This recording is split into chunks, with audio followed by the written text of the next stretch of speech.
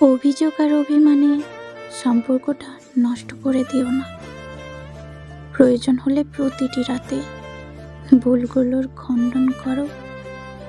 একটা ফুলের চারা গাছ টবে লাগালে একটু একটু করে কত যত্ন নিলে একদিন সুন্দর ফুলগুলো উপহার পাবে বলে, কিন্তু অযত্নে সেটা নষ্ট হয়ে যায়। এইভাবেই কত অগণিত সম্পর্ক অযত্নে নষ্ট হয়ে যায়। সময় থাকতে মূল্য দাও। অভিযোগ অভিমানে শুধুই দূরত্ব বাড়ে।